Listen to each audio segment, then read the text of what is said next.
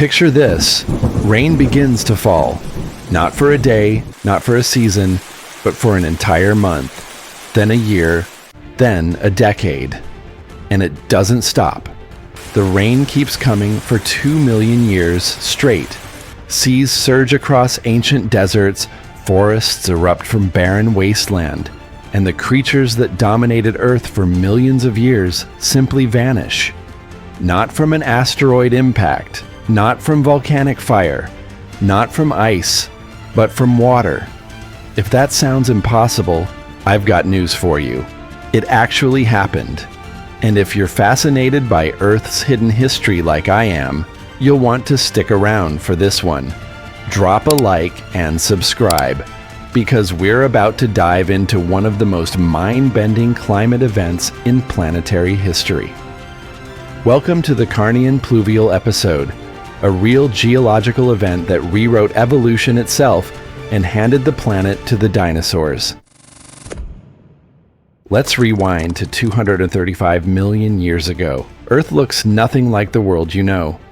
Every continent you've ever seen on a map, North America, South America, Africa, Europe, Asia, Australia, Antarctica, they're all fused together into one colossal landmass called Pangaea.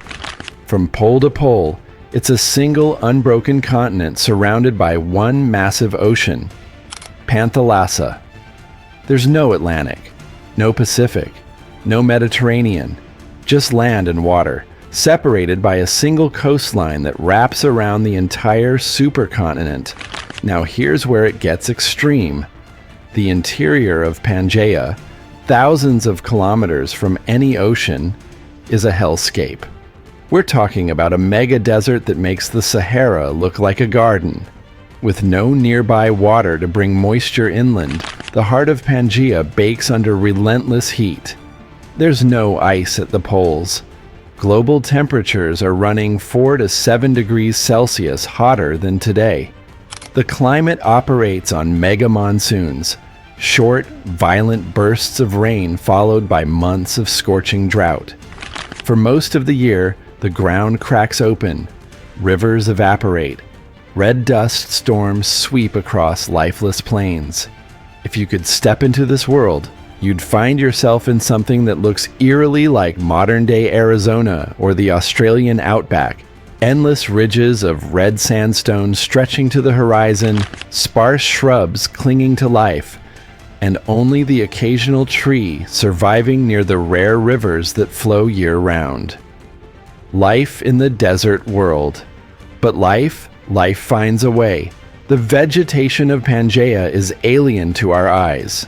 Seed ferns, plants that look like ferns but reproduce with seeds, blanket the ground, perfectly adapted to the arid conditions. Ancient conifers, distant ancestors of modern pines, grow along the few permanent waterways. And cycads, those stubby plants with thick, waxy leaves designed to prevent water loss, dot the landscape like sentries in an endless desert. The animals here are survivors, sculpted by tens of millions of years of evolution under brutal conditions. The dominant herbivores are the dicynodonts, barrel-bodied creatures the size of cattle, sporting beaked snouts and 2 forward-curving tusks. In North America, herds of plecareas roam the drylands, using their rock-hard beaks to strip tough, woody plants. Alongside them are rhynchosaurs, smaller beasts that feed on roots and tubers with powerful jaws and teeth fused directly to bone. Lower on the food chain, there's Desmatosuchus, armored, 4-legged reptiles that resemble prehistoric armored pigs. Some grow up to 5 meters long, with wicked spikes jutting from their shoulders to ward off predators. And at the apex, the Rauisuchians. These are distant relatives of modern crocodiles, but they're built like nightmare fuel. Large heads, powerful legs, long tails, and the ability to stand upright on their hind legs when hunting. The king of them all is Pastosuchus. Imagine a hybrid between a crocodile and a T-Rex, nearly 5 meters long, with dagger teeth and jaws strong enough to crush bone. If you're near water in Pangaea, Postosuchus owns you. Now, dinosaurs do exist at this time, but they're nobodies. Small, light, standing less than 2 meters tall, walking on 2 legs, hiding in the shadows, hunting insects and scavenging carrion. In the world of Postosuchus, they're basically prehistoric mice, existing but irrelevant. This ecosystem has been stable for tens of millions of years. Every creature has found its niche. Everything is in balance. And then the earth cracks open. Fire from below. One day, without warning, the ground begins to split along the western edge of Pangaea. Fissures, hundreds of kilometers long, open across the crust. And from those cracks, basaltic lava surges onto the surface, not in a single eruption, but in a volcanic event that lasts for hundreds of thousands of years. These are the Pangaea eruptions, named after the region that would one day become Canada and Alaska. Picture an area the size of Western Europe buried beneath rivers of molten rock, each flow thousands of meters thick, layering over and over for millennia. Surface temperatures exceed 1,000 degrees Celsius. Trees ignite on contact. Animals die in waves. The sky turns black with ash. But that's just the beginning. Trapped inside the lava are billions of tons of carbon dioxide and sulfur dioxide under immense pressure. As the lava reaches the surface, the pressure drops, and those gases explode into the atmosphere. For hundreds of thousands of years, the Pangaea eruptions pump greenhouse gases into the sky, driving atmospheric CO2 to levels unseen for hundreds of millions of years. Carbon dioxide is what keeps Earth warm enough for life. But when you exceed the natural limits, the greenhouse effect turns the planet into a furnace. Sunlight reaches the surface, but the heat can't escape. The atmosphere becomes a blanket, trapping energy.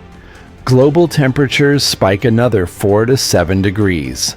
And that's when the oceans start to warm. Warm water evaporates faster than cold. The atmosphere fills with massive amounts of moisture. And water vapor. It's one of the most powerful greenhouse gases there is. This creates a vicious feedback loop. Temperatures rise, water evaporates. Vapor traps more heat. Temperatures rise further. More water evaporates. More vapor accumulates. The hotter it gets, the faster it evaporates. The more vapor there is, the more humid the air becomes.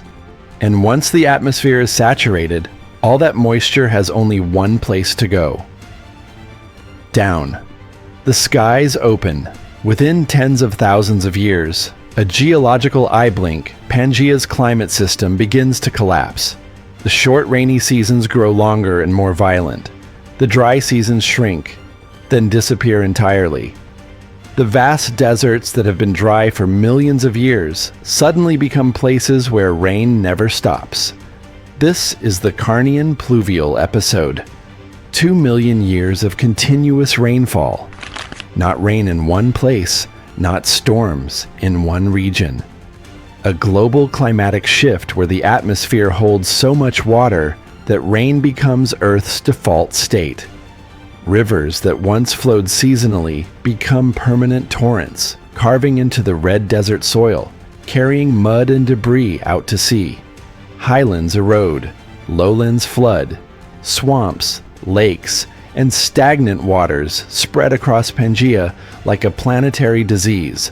In their oceans, the consequences are catastrophic. Massive sediment flows from the continent suffocate ancient coral reefs, burying them beneath layers of mud. Marine organisms that depend on clear, oxygen-rich water, ammonoids, crinoids, bivalves, begin dying off in vast numbers. Entire ecosystems are entombed. And on land, an entirely new world is taking shape. The rulers of the deserts, the Decinodonts, the armored eosaurs, begin to vanish. The arid world is collapsing. A new era of humidity, noise, and chaos is rising, and it will last 2 million years without a single dry day. The drowning. The rain doesn't come as a violent storm. It comes as a whisper. At first, just showers that linger a little longer than usual. But then, over thousands of years, it simply never stops. Day after day, month after month, year after year, the sky remains torn open. Pangaea's atmosphere thickens with moisture. Vapor rising from the Pangaea Ocean blankets the entire planet, turning the sky into a dense gray shroud.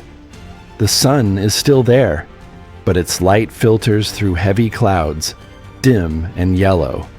As if the world is trapped in endless twilight. There are no dry seasons, no blazing sunlight, only endless days filled with the ceaseless sound of rain. The vast deserts begin to crack and transform into swamps. Rivers that once flowed seasonally become mighty waterways, carving deep into the red earth. Flooded plains expand. In places that have been parched for millions of years, new lakes form. The red dust of sandstone, the signature of the arid age, is washed away, leaving behind thick layers of black mud. In the geological record, this transformation is vividly visible. Beneath lie red rocks from the arid age. Just above them, black shales rich with organic matter, mud, coal, and the remains of water-loving plants. Higher still, red rocks return, but with an entirely different fossil record. Geologists call this boundary the Carnian scar. The first victims are the plants. Seed ferns, which relied on firm soil and seasonal rains, suffocate in the wet, muddy ground. Their roots rot. Their seeds fail. Within tens of thousands of years, seed fern forests vanish from most of the continents. In their place rise ancient conifers, tall trees with deep roots that can survive in moist, oxygen-poor environments. Beneath their canopy, true ferns spread densely, carpeting the forest floor. It's a complete turnover, from arid desert to drenched rainforest, and once the vegetation changes, the entire ecosystem has to follow. The Great Dying. The herbivores, dicynodonts that evolved over tens of millions of years to chew tough, dry plants, are pushed to extinction. Their jaws and teeth are designed for fibrous desert vegetation, not the tender leaves of rainforests. As their food disappears, so do they. Dicynodont fossils grow scarcer in the rock layers of the Carnian Pluvial episode until they vanish entirely. Rhynchosaurs, those root and tuber eaters, share the same fate. Rooted plants can't survive in waterlogged soil. No food means no survival. And the Rauisuchians, the apex predators that depend on large herds of herbivores, they fall into starvation. When the prey vanishes, the predators follow. The entire food chain collapses. The arid world that ruled Pangaea for tens of millions of years is swept away in just a few 100,000 years. It's a mid-scale mass extinction. Not as catastrophic as the Permian extinction or the asteroid that killed the dinosaurs, but devastating enough to erase the planet's entire ecological structure. Meanwhile, the oceans are dying too. Vast amounts of sediment bury coral reefs. Ammonoids, crinoids, and bivalves suffer catastrophic declines. The seas turn murky and oxygen poor. Coastal regions become dead zones. Geologists call this the silica switch, the moment when the seafloor, once built by living organisms producing carbonate, is completely replaced by mud and silt washed down from the continents. It would take millions of years for balance to return. The opportunists. But amid the catastrophe, some species survive. Not the strongest ones, the most adaptable. Creatures that can adjust, feed on anything, and change to endure. Nature's opportunists. Smaller, lighter, quicker reptiles, including the earliest dinosaurs, find their chance to expand. The first ancestors of mammals, ancient turtles, and primitive crocodiles begin to thrive in the newly formed wetlands. Pangaea's ecosystems are rebooting, and this time the rulers won't be the same. Rise of the dinosaurs. After 2 million years of ceaseless rain, when the skies finally close and the storm subsides, Earth is no longer the same. Vast swamps stretch across Pangaea. Ancient conifer forests rise where deserts once lay. The world of the ancient giants is gone, and the small creatures that once hid in the shadows, they step into the light. Before the Carnian Pluvial episode, dinosaurs were nobodies. Small, scarce, standing little chance against the giants. But after the event, as the great herbivores disappear and the Rauisuchians vanish, the world opens up. And the dinosaurs, agile, opportunistic, seize the moment. In the fossil record, this transition is astonishingly clear. In rock layers from the Carnian Pluvial episode onward, dinosaur fossils suddenly appear in abundance. Larger, more diverse, more complex. From small, humble creatures, they become the first beings to reshape the new world. As dense forests spread and the humid climate takes hold, food becomes abundant. It's the perfect condition for herbivorous dinosaurs to expand, especially the sauropodomorphs, early ancestors of the long-necked giants like Brachiosaurus and Apatosaurus. Though small at first, their unique fermenting digestive systems allow them to extract nutrients from tough, fibrous plants that previous herbivores couldn't digest. Their lightweight bodies, sturdy legs, and long necks let them reach the high canopies, avoiding competition with other species. As the herbivores spread, predators evolve alongside them. The first carnivorous dinosaurs, the theropods, appear with streamlined bodies, long legs, powerful jaws, and sharp claws. This is the evolutionary path that will one day lead to Tyrannosaurus rex, and eventually to modern birds. Fossil evidence shows a striking increase in their size, speed, and biodiversity within just a few million years after the Carnian Pluvial episode. It's a biological renaissance, a time when life not only recovers from disaster but becomes stronger than ever. Why dinosaurs? Here's the mystery. Why, among countless species that survived the Carnian Pluvial episode, were only the dinosaurs able to rule the planet for the next 150 million years? Scientists believe the answer lies in their adaptability. Dinosaurs stood fully upright, lifting their bodies off the ground, allowing them to move farther and faster with less energy. Their rapid growth rates enabled them to reach adulthood in just a few years, a critical advantage in a changing world. Many were flexible feeders, both hunters and omnivores, capable of adapting to shifting food sources. Most importantly, their respiratory system, equipped with air sacs similar to modern birds, allowed them to absorb oxygen efficiently even in hot, humid, oxygen-poor climates. These traits made dinosaurs symbols of adaptive evolution, not brute strength. They weren't born to dominate, but when the world collapsed, they were the first to rise again. A new world, and though they conquered the land, they weren't alone. The upward expansion of rivers, lakes, and swamps created perfect conditions for the ancestors of crocodiles, the phytosaurs, to thrive. Beneath the mud, the first turtles evolved their hard shells. And in the hidden corners of dense forests, tiny fur-covered creatures, the ancestors of mammals, quietly multiplied. Small cynodonts and mammalia forms, no larger than shrews, lived nocturnally, feeding on insects, staying far from the eyes of dinosaurs. They were neither strong nor large, but they were clever and adaptable, and hundreds of millions of years later, their descendants would inherit the earth. When the last rains finally ceased, Earth entered a new epoch. A lush, humid, vibrant planet teeming with life. Ancient conifer forests stretched across Pangaea. Rivers carved paths toward the seas. This world now belonged to the most adaptable creatures. And at the top stood the dinosaurs. They would rule for 50 million years, ushering in the magnificent age that spanned the late Triassic, Jurassic, and Cretaceous periods.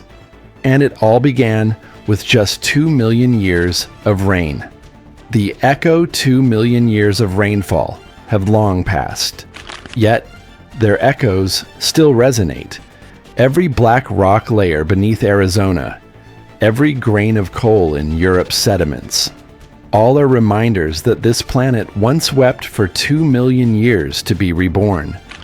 Without that rain, dinosaurs might never have existed, and humanity, distant descendants of those who survived, might never have appeared.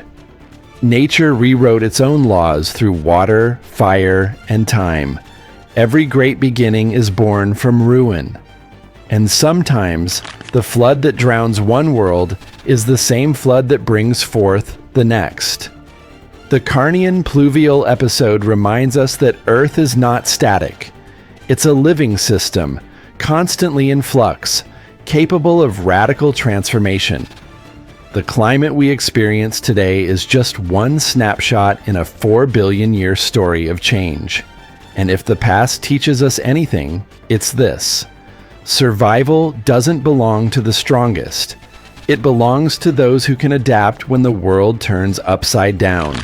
So the next time you watch rain fall from the sky, remember, once, long ago, it rained for 2 million years. And when the skies finally cleared, the world had been reborn.